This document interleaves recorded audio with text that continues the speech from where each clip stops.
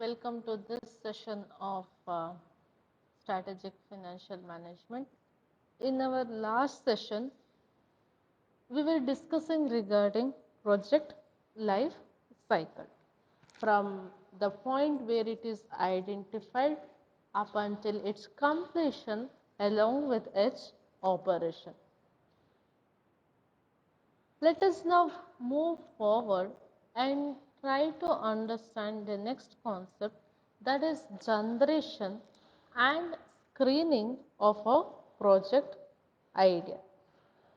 Now, usually it would be done in the form of, first it is generation of project ideas, then there would be monitoring of the environment, then the corporate appraisal would be done. Once after these stages are done, they will look for different project ideas or prospective proposals of a project. Now, once in hand, there are many prospective proposals. Each of them would be preliminarily current. Then each of would be rated according to the project rate index and the sources of positive net present value and the entrepreneurial skill that the organization has. So in doing this, the first one is generation of project ideas. Now, whenever an organization has to come up or develop with these project ideas, a panel would be formed for the purpose of identifying all these investment opportunity. Now, a panel is nothing but a group of people. They would be usually from the middle management or top management. They would discuss as to what are the different ideas through which we can have a project. Now, usually this generation of project ideas involves some of the tasks which must be carried out in order to come up with not just an idea but a creative idea. The first would be SWOT analysis. Now, under SWOT analysis, there would be identifying of opportunities which can be profitably exploited by an organization.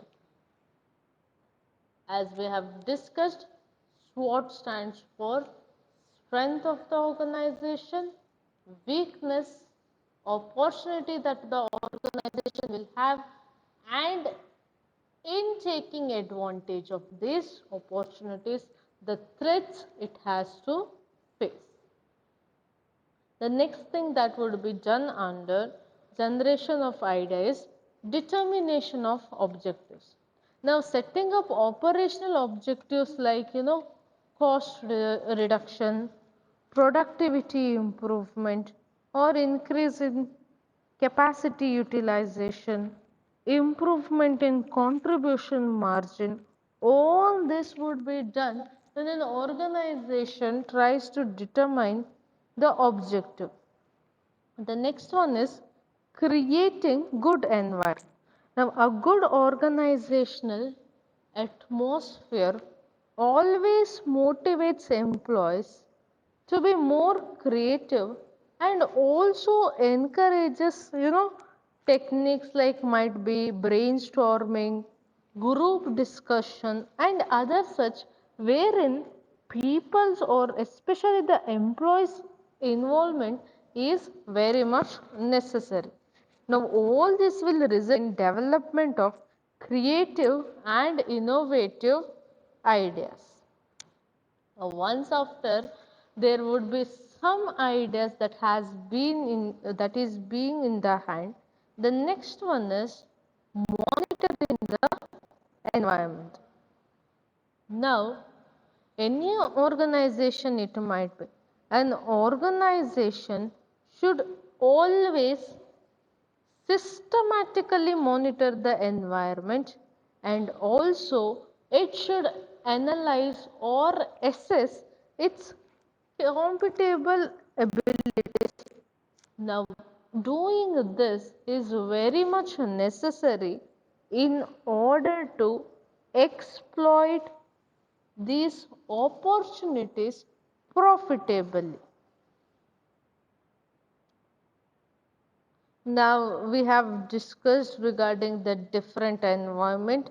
It can be in the form of economic sector, government sector, technological sector, socio-demographic sector, competition sector, and also supplier sector. Now, each one of this you know in detail. So, I guess we can skip this part, or when we speak about this, some of the elements we can note down. Under economic sector, usually it would be state of the economy, the overall growth rate, the growth of primary, secondary market and territory sector, the inflation rate, the linkage with world economy, BOP situation, trade surplus and deficit. Now, one more thing I would like to mention is that this particular topic of environmental analysis or monitoring of environment is definitely there in strategic financial management. It is present in your international business environment. It is also there in entrepreneurship and small business enterprise. Now the elements are definitely same. When you do a environmental analysis, definitely there would be economic environment, there would be social, demographic. But what you have to remember is from what point of view each of these things would be done. When it is in entrepreneurship and small business, it would be a general research. It would be from the perspective of an entrepreneur. It would be from his perceptions whether it is possible to do or not. Whenever we do here under financial management, it would be from the perspective of finance or financial manager. And when we here under this chapter, we have taken up project, and under project we have this topic. So here basically we are seeing from the point of view of a project manager. So each of the element might be same, it might be repetition, but the way in which you present, the way in which it is perceived by each of this person would be different. That's why when you present the answer, first of all, you'll have to note down for which subject you are speaking, for what matter you are speaking, and based on that, you'll have to speak. And again, it is not that you'll have to tell what is our economic environment. Now you'll have to tell how this would affect. If at all it is you are speaking under project, you'll have to speak how does the economic environment affects a project. When you are speaking regarding entrepreneurship, you'll have to speak how our economic environment affects the entrepreneur. In international business, you'll have to speak in terms of when a domestic company goes in for a business which it will do beyond its market, what are the things that it will have to consider. So it is not about the elements in the each environment you'll have to speak, but it is the thing how it would be affecting the people is what matters. So remember one thing, elements you will have to know, but then when you write, when you present your answer, it is how it would be affecting the concerned people. Now speaking more on that, The second one is government sector. Usually the elements that would be taken up are industrial policy, government programs and project, tax framework, subsidies, the incentives, the concessions, the import and export policies, the financing norms, all this would be under government sector. Now you have the elements. Now from the point of view of project, you will have to tell how all these elements would be affected. Will it be a problem? Will it be a opportunity? If at all you take an example of any of the project, a project might be like bridging, constructing of a dam. So how does the, government rules and regulations or changes in that would affect your project? The next one is technological sector. Now usually under this, the elements would be, the state of technology, emergence of new technology, the receptiveness of the industry. That is to tell whether the industry in which you are there, whether technological changes are wholeheartedly welcomed or whether there is any kind of problems in adopting to the new technology, how fast the technology changes or whether technology stands for a particular time period. All these things would be there under technological sector. Then definitely socio-demographic sector. When it is social and demographic, definitely it is concerned something of the people. It can be population, the income, the education, the employment, the attitude of the consumer towards either consumption or investing. And also you should know the competition sector, that is tell the number of firms and their market share, the degree of homogeneity and production differentiation, the entry barriers, the marketing policies and prices, the comparison with substitutes in terms of quality, price, appeal, all these things are to be analyzed. And as I said earlier, now when we study, the list might be too much. But for an organization, it will always know how to deal with these things because it would have done projects earlier. From its past trends, it will know what are the things in specific that it has to look for.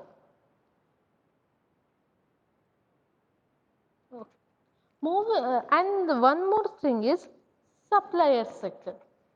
Now, understanding the supplier is equally important how we understand our consumer because they are the ones who provide the resources for the organization. From that, we would be doing either product or service.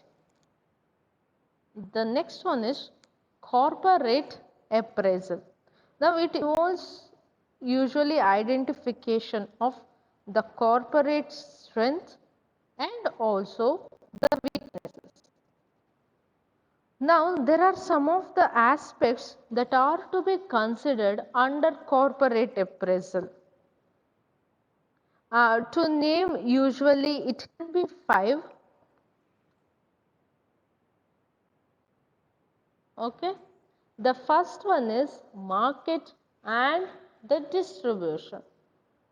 Now under this what we analyze and study is maybe the market image, the market share the organization has, the cost that is involved in marketing and distribution, the product line, the distribution network, the customer loyalty, all these things would be analyzed. The next one is production and operation. Under this, usually the condition and the capacity of the plant and machinery, the availability of raw materials and the power, the degree of vertical integration between the departments or between the companies, and also the location advantage or organization has. All these things would be analyzed. The next one is research and development.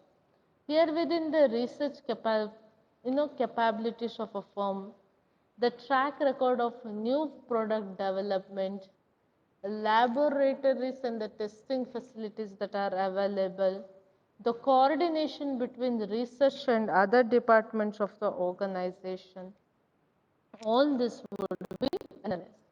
The next one is corporate resource and personnel. Personnel is nothing but the manpower of the organization. Under that, the corporate image, the deals with the government and the regulatory agencies, or for that matter, how we are supposed to behave according to the rules and regulations, the laboratories and the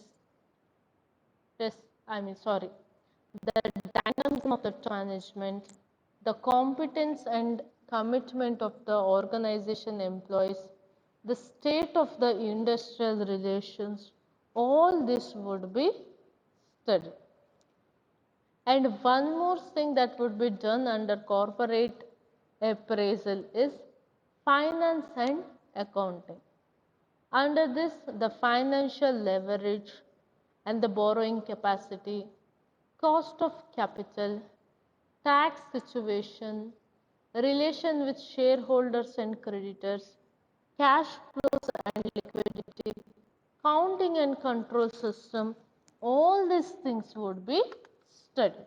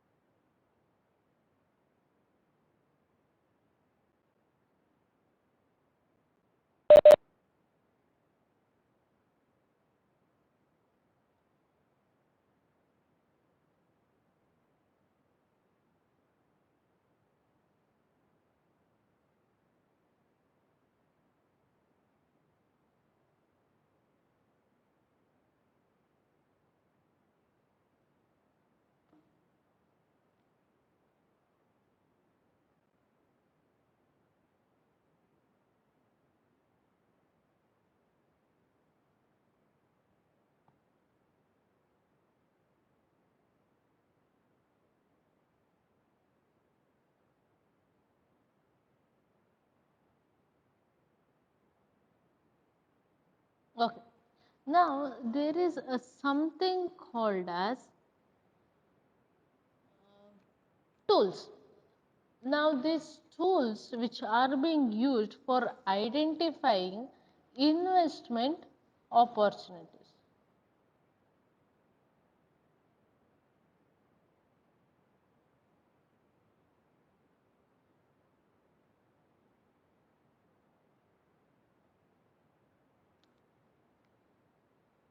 Tools.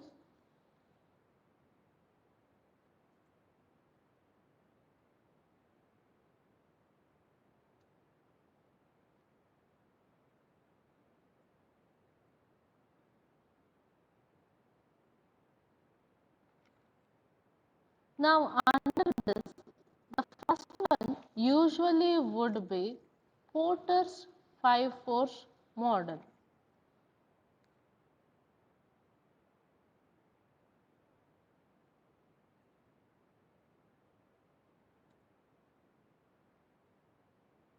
Now, now this Porter, now this particular model was given by a scholar called as Michael Porter. And he has said that in analyzing environment, there are 5 elements or 5 forces which matters a lot. And this Porter's 5 force model, it helps in analyzing the profit potential of an industry depending upon the strength of five things, that is threat of new entrants, the rivalry among existing companies, the pressure from substitute products, bargaining power of buyer, and bargaining power of seller. The next one is life cycle approach. Life cycle approach. Now, under this, there are four stages a product goes through during its life cycle. Now, each stage represents different investment and net profit value. Usually, the four stages would be pioneering stage, rapid growth stage, maturity stage, and decline stage. And in pioneering stage, it is the stage the technology and also the product is new. There is high competition and very few entrants. For a very few entrants, it is possible to survive this stage. The next stage is rapid growth stage, and this stage witnesses a significant expansion in sales and also the profit. The next would be the maturity stage. Now, this is a particular stage which marks developed industries with mature products and steady growth stage. Then comes the decline stage. Now, due to introduction of new products and changes in customer preference, the industry incurs a decline in the market. Now, all these four stages is together called as life cycle approach.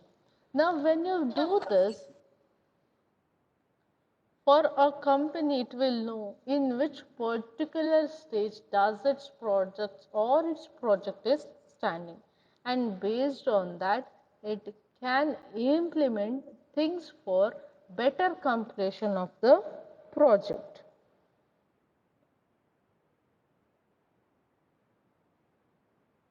Now, there is one more under this,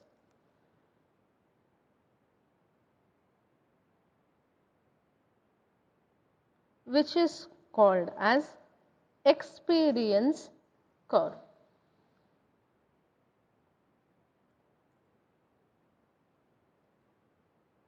Now, under this, what happens is it analyzes how cost per unit changes with respect to accumulated volume of production,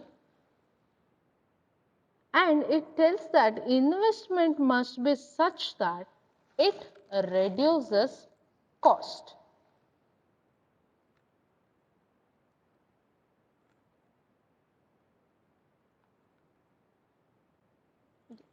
The next one is, or the fourth stage under generation and screening of project ideas, looking for project ideas.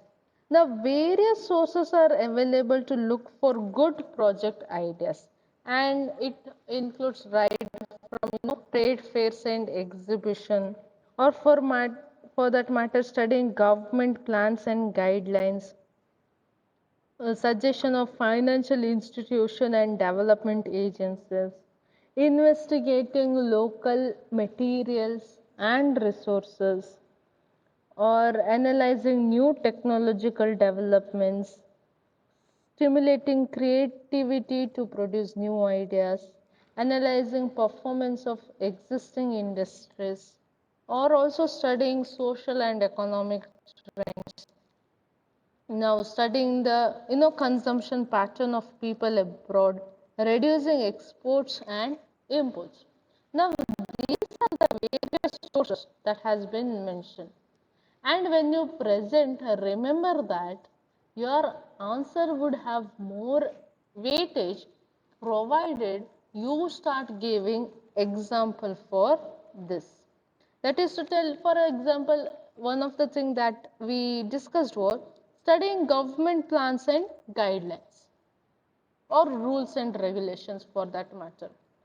We can take example of, during the time of Ganesh Chaturthi, the rule usually, it is not a rule, but usually it is being said that if the idols are used which would not harm the environment, it would be better. So there are many organizations which came up with the idea of, green idols, and that is how, by, due to the government rules and regulations, or because it has asked, there would be some kind of opportunities to start new projects. The fifth one is preliminary screening. Now, this particular preliminary screening refers to a stage where the elimination of project ideas which are not so promising would be done. Now, there are some of the factors which have to be considered by screening for ideas. It can be, compatibility with the promoter. That is to tell, the ideas must be consistent with the interest, personality, and also the resource of the entrepreneur. Then it should be consistency with the government priorities. That is, well, the ideas must be feasible with the national goals and government regulation. Or in simple words, whenever we come up with an idea, it should follow all the rules and regulation of government.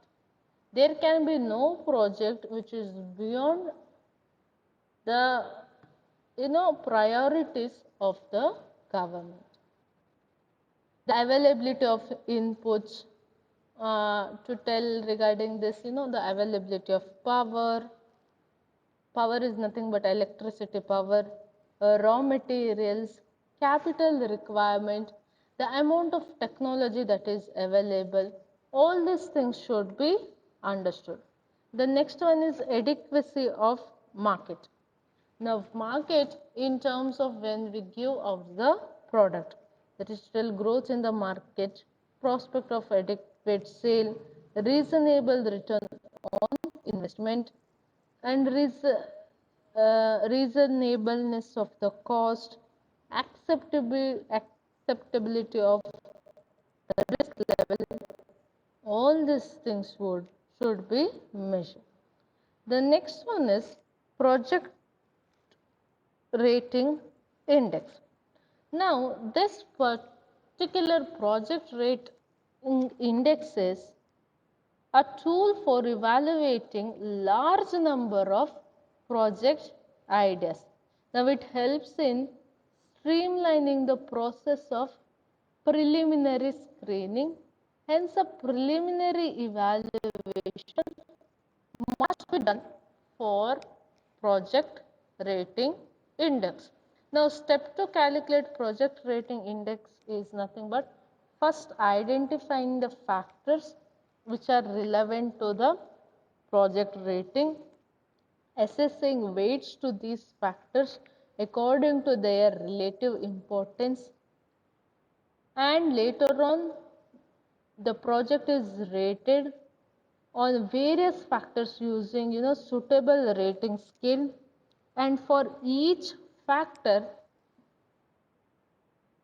multiply with the factor rate,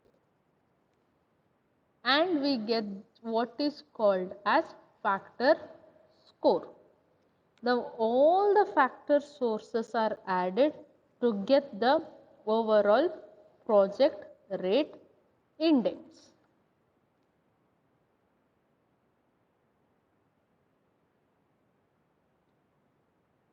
The next one is sources of net present value. Now, in order to select a profitable and a feasible project, a project manager should always carry out a fundamental analysis of the product and the factor market to know about the entry business, which would lead to a positive net present value. Usually there are 6 entry barriers which result in positive net present value. uh, it could be, economies of scale, cost advantage, marketing reach, technological edge, government policies.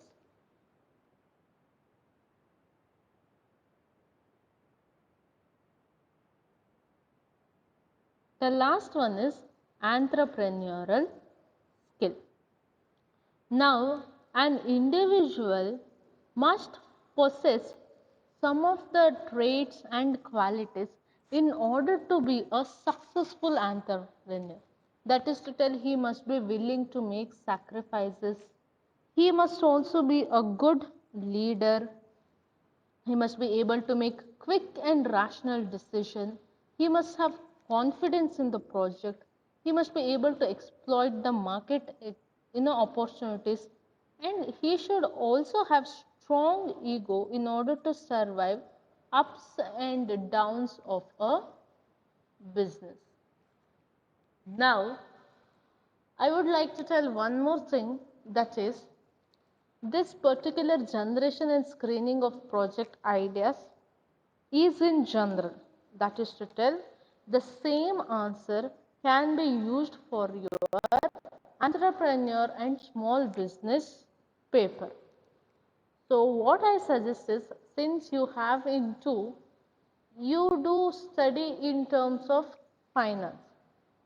So if you know the points, you can usually write it in terms of general.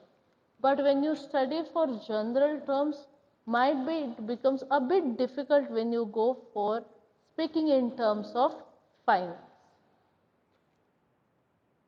Now moving forward, the next thing that we'll have to understand under this project is analysis of market and demand.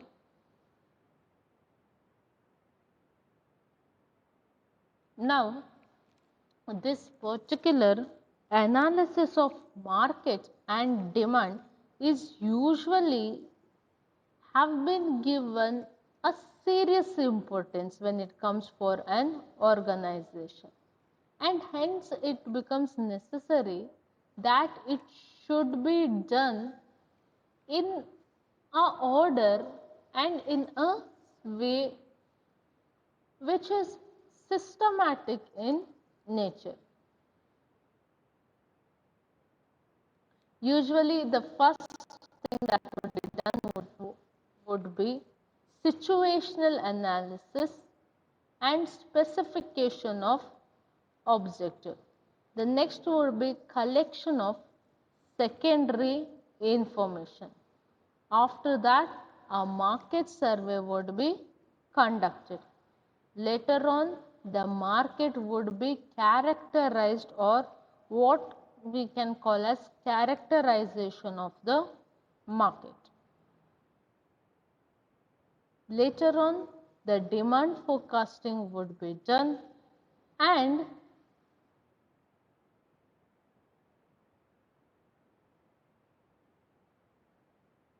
yes, later on the demand forecasting would be done. Now speaking regarding this, each of that is a detailed study and involves much of the process. Now speaking regarding the first one, that is situational analysis.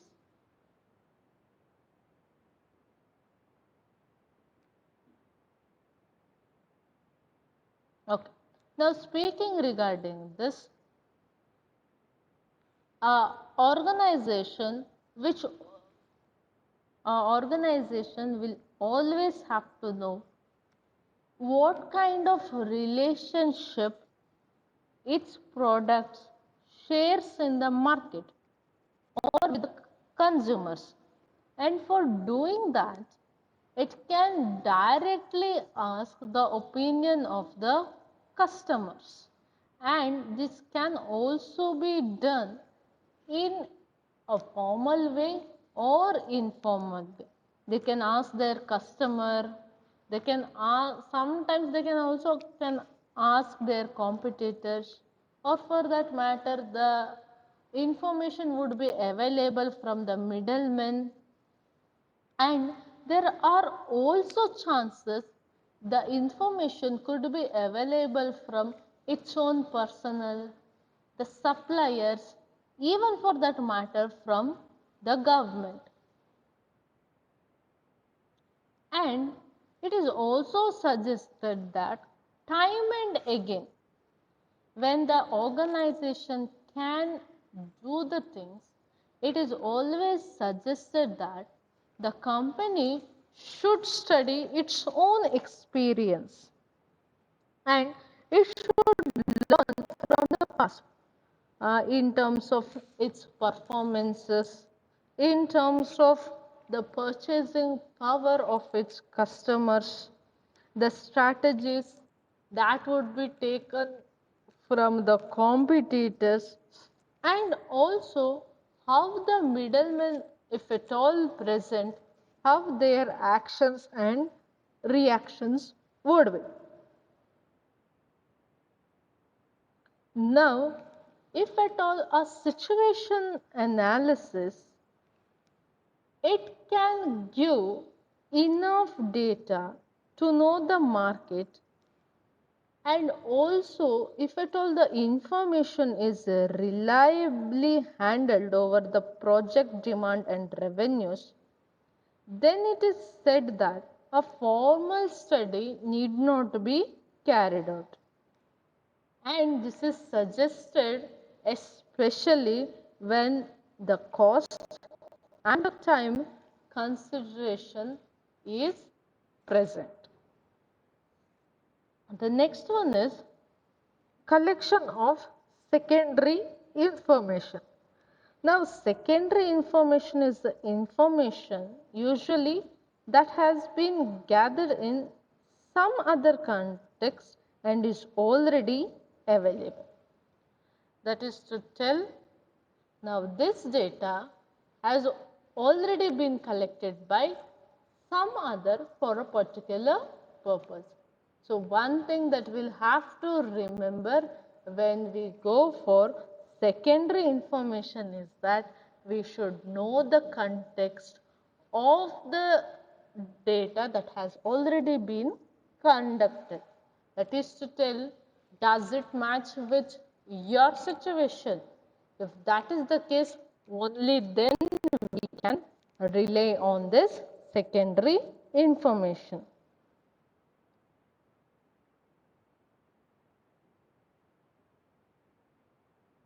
Now, this secondary information, usually when there is time consideration, or if at all the case is that it is repetitive in nature, it provides the base for the market analysis. Usually the secondary information we can get through, the census of India, the National Sample Survey reports, plan reports, statistical abstract of Indian Union, or Indian yearbook. Now, this list is never exhaustive. It is always that from these data, the secondary information can be taken, because a research or a primary research usually involves huge cost and usually involves huge time, and also there is a huge numbers of personnel necessary for taking up this surveys. So whenever it is possible and whenever the information that is being used is reliable, people tend to go in for secondary information. And there are also chances that for some of the project, primary data can never be taken. All that we can have is secondary source of information. In those cases, secondary information becomes important. The next thing is conducting of market survey. Now, this is connected with the secondary information. Now, as we said, though it is useful, in most of the cases, it will not provide a perfect basis for market and demand analysis. Now, it will always have to be added or supplemented with primary information which we can gather through product market survey. And this market survey, we should remember that it should be specific to the project that is being appraised. Now, the market survey may be, as we said, census survey or a sample survey. Now, these two are two different things. Now, whenever we tell census for that matter, the entire population would be taken into consideration. But when we tell a sample survey, only some part of the entire population is taken into consideration. Now, when we speak of this, what we'll have to remember is that whenever we tell population, here it does not mean that human population of the entire country. Okay. Now, this particular word population changes with the context of the project. Now, for that matter, a company might want to produce a luxurious automobile car. Okay. Now, the population here would possibly be those persons who would have an income beyond a certain level. Now, whoever earns beyond a certain level, everybody together becomes a population for that particular survey. Each and every one who earns beyond that. Now, whenever you want to study every person in that, it would be called as population survey. But it again, if you discriminate from the point of view that you just want the men who would be earning more than this particular level, then it would be a census survey. Or for that matter, you can do two surveys.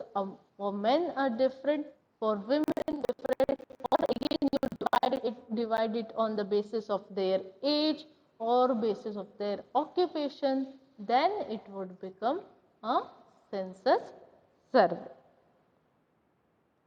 Now, the information stored in the market survey usually may relate it to some of the things like total demand and rate of growth of demand, demand in different segments of the market, income and price elasticity of demand, motives for buying, purchasing plans and intention, satisfaction with existing product, unsatisfied needs, attitudes towards various product, disruptive trade practices and preferences, social economic and characteristics of buyers. So, since the time is limited, we shall for today's